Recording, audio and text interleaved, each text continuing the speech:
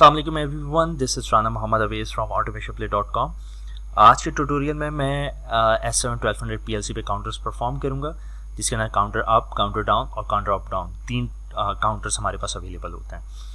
तो इसको देख लेते हैं। आप यहाँ पर देख भी सकते हैं मैं S7-1200 PLC पे कनेक्टेड हूँ और इसको हम चेक कर लेते हैं।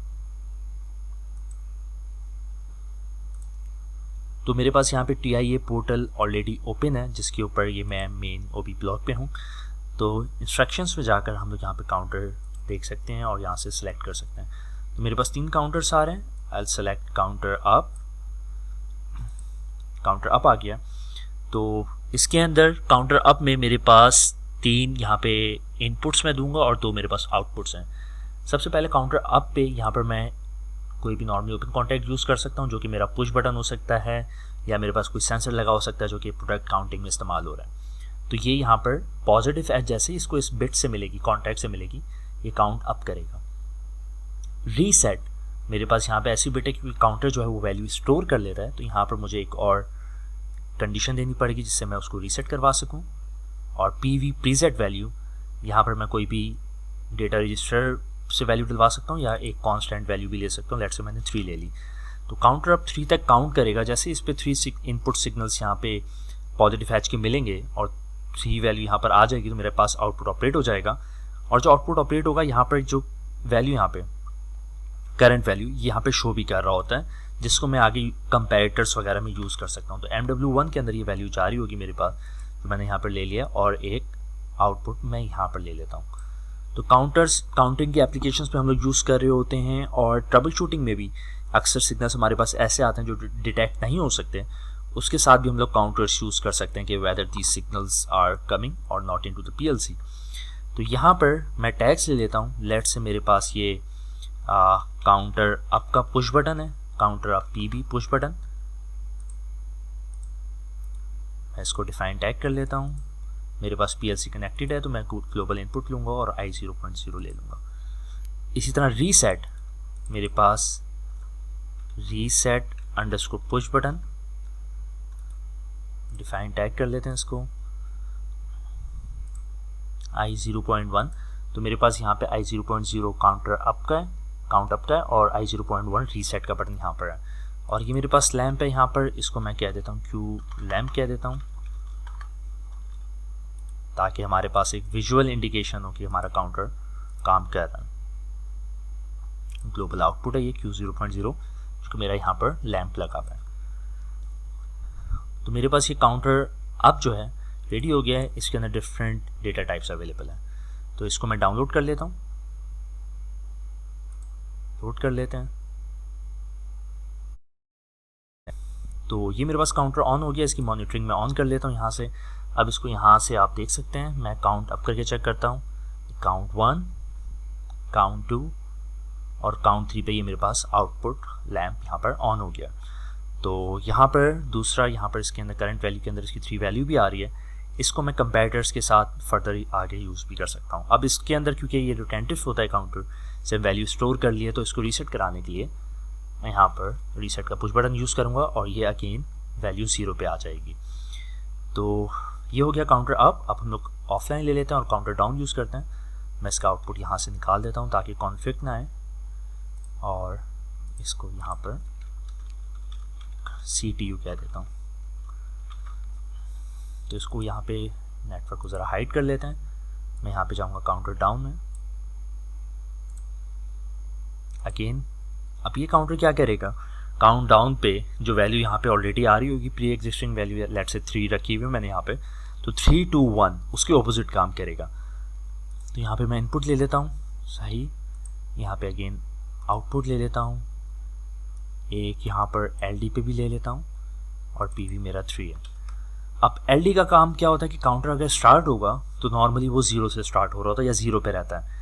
हमने इसके अंदर वो वैल्यू लोड करनी होती है जो यहाँ पर ऑलरेडी आ रही है, ताकि फिर उसको डिक्रीमेंट करवा सकें। तो उस वैल्यू लोड करने के लिए हम लोग ये लोड की बिट यूज़ करते हैं। जैसे ही मैं इस बिट को ऑन करूँगा या हाई सिग्नल दूंगा, तो ये 3 वैल्यू काउंटर में लोड हो जाएगी और फिर डिक्रीमेंट होगी। तो उसको ऑपरेट करके भी चेक करेंगे हम लोग। MW10 यहाँ पर ले लेता हूँ। काउंट जो मेरा लैम्प था यहाँ पे वही है। काउंटर डाउन मैं एक बना लेता हूँ, काउंटर डाउन पुश बटन। तो इसके अंदर मेरे पास जो इनपुट कनेक्टेड है दैट इज़ I0.2, जो कि यहाँ पर मेरे पास ट्रेनर बोर्ड में ऑलरेडी यूज़ हो रहा है। लोड का बटन मैं एक सेलेक्टर स्विच चूज़ कर रहा हूँ, तो मैं इसको मैं कह देता हूँ I0.3 मेरे पास यूज़ हो रहा है। रीनेम टैग कर देते हैं और ये मैं कह रहा हूँ LD। ओके, तो मेरे पास ये काउंटर कंप्लीटेड है। इसको आप डाउनलोड और ऑनलाइन करके चेक कर लेते हैं। अच्छा, तो मेरे पास आउटपुट ऑन आ रहा है क्योंकि अभी इसकी वैल्यू 0 पे है। तो मैं इसके अंदर लोड करूँगा। लोड की मेरा सेलेक्टर स्विच है, ये मैंने लोड किया और सेलेक्टर स्विच को वापस ओरिजिनल पोजीशन पे ले आऊँगा। अब इसके अंदर 3 वैल्यू लोड हो गई है और आउटपुट मेरे पास ऑफ है। तो अब इसके अंदर मैं काउंट डाउन करना शुरू करूँगा। ये 2 हुआ, ये 1 हुआ और ये 0। जैसे ही 0 पहुँचा काउंट डाउन मेरा कंप्लीट हो गया और मेरे पास ये आउटपुट लैम्प ऑन हो गया। तो इसके अंदर मैं वापसी लोड यूज़ कर लेता हूँ। ये लोड यूज़ करने पे ये 0 पे आ जाएगा और अगर मैं लोड को यहाँ पर ऑन रखूँगा कंटिन्यूसली तो ये मेरे पास काउंटडाउन काम नहीं करेगा क्योंकि वो 3 वैल्यू कंटिन्यूसली इसके अंदर लोड हो रही होगी। तो मुझे ये LD की बिट यहाँ पे ऑफ करवानी पड़ेगी एंड देन मुझे ये काउंटडाउन की एप्लीकेशन यूज़ करनी पड़ेगी। तो इस तरह से काउंटडाउन मेरे पास ऑपरेट हो रहा है। मैं इसका आउटपुट रिमूव कर देता हूँ और अब लेता हूँ मैं थर्ड काउंटर। तो आप ये देखेंगे ये मिक्सचर है दोनों काउंटर अप और काउंटर डाउन के एप्लीकेशन का। तो सीमेंस ने इस तरह से बनाया कि अक्सर एप्लीकेशंस हमारी ये होती है कि लेट्स से हमारी प्रोडक्ट इन और आउट हो रही है तो हम लोग ये काउंटर इस तरह से यूज़ कर सकते हैं। इसके अंदर मैं यहाँ पर 3 वैल्यू दे दूँगा। काउंटर डाउन का मैं पर्पस बताऊंगा आप लोगों को। इसके अंदर Q0.1 बुलियन आउटपुट आएगा। CV के अंदर मैं रजिस्टर ले लेता हूँ, कोई भी MW20 ले लिया और मेरे पास आउटपुट यहाँ पर। तो आउटपुट मेरे पास लैम्प था। काउंटर अप मेरे पास CU पुश बटन ये रहा। काउंटर डाउन मेरे पास पुश बटन यहाँ पे है। रीसेट मेरे पास यहाँ पर है और LD मेरे पास यहाँ पर है। तो सब इनपुट और आउटपुट्स यहाँ पर हो गए कंप्लीट। तो अब इसके अंदर क्या होगा, मेरे पास काउंटर अप की बिट भी है, काउंटर डाउन की भी है, रीसेट की भी है, लोड की भी है। अगर मुझे काउंटर अप यूज़ करना होगा, काउंटर अप की एप्लीकेशन मेरी उस वक्त वैलिड होगी तो मेरे पास यहाँ से काउंट अप हो रही होगी और जैसे ही प्रीसेट वैल्यू जो है मेरी पहुँच जाएगी 3 पर, मेरी काउंटर की वैल्यू प्रीसेट वैल्यू के बराबर हो जाएगी तो मेरे पास ये आउटपुट ऑन हो जाएगा। अब लेट्स से यहाँ पर 3 है और 3 को अब मैंने काउंट डाउन करवाना है तो 3, 2, 1, 0। अब जैसे ही 0 पे पहुँचेगी इस कंडीशंस के थ्रू, इस कंडीशन के थ्रू, तो मेरे पास ये Q0.1 आउटपुट ऑन हो जाएगा और अगेन मेरी जो करंट वैल्यू होगी वो यहाँ पर आगे स्टोर हो रही होगी। तो यहाँ पर जाके मैं इसको फर्दर देख भी सकता हूँ।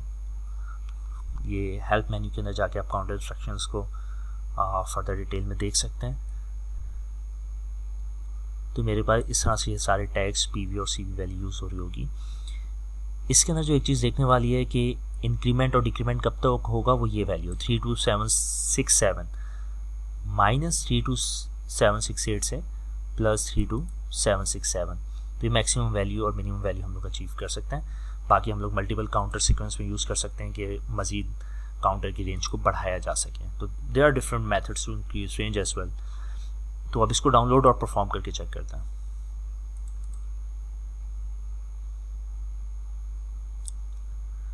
तो अभी मेरे पास 0 आ रहा है। अब 0 पे मेरे पास Q0.1 ऑलरेडी ट्रू हुआ है। अब मैं काउंट अप करता हूँ, काउंट 2, काउंट 3, तो मेरे पास ये आउटपुट यहाँ पर ऑन हो गया 3 पे।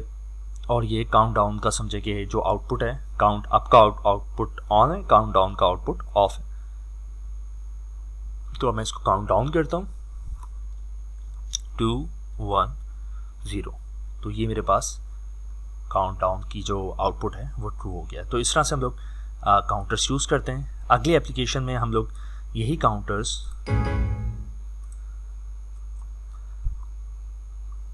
फैक्ट्री आईओ की एक्सरसाइज पे परफॉर्म करके चेक करेंगे, और इसमें हम लोग देखेंगे कि ये काउंटर्स इस पर डिफरेंट बॉक्सेस लोड अनलोड करवाएंगे, सेंसर्स के थ्रू हम लोग काउंटिंग करवाएंगे और देखेंगे ये किस तरह से काउंटर्स ऑपरेट करते हैं। Thank you.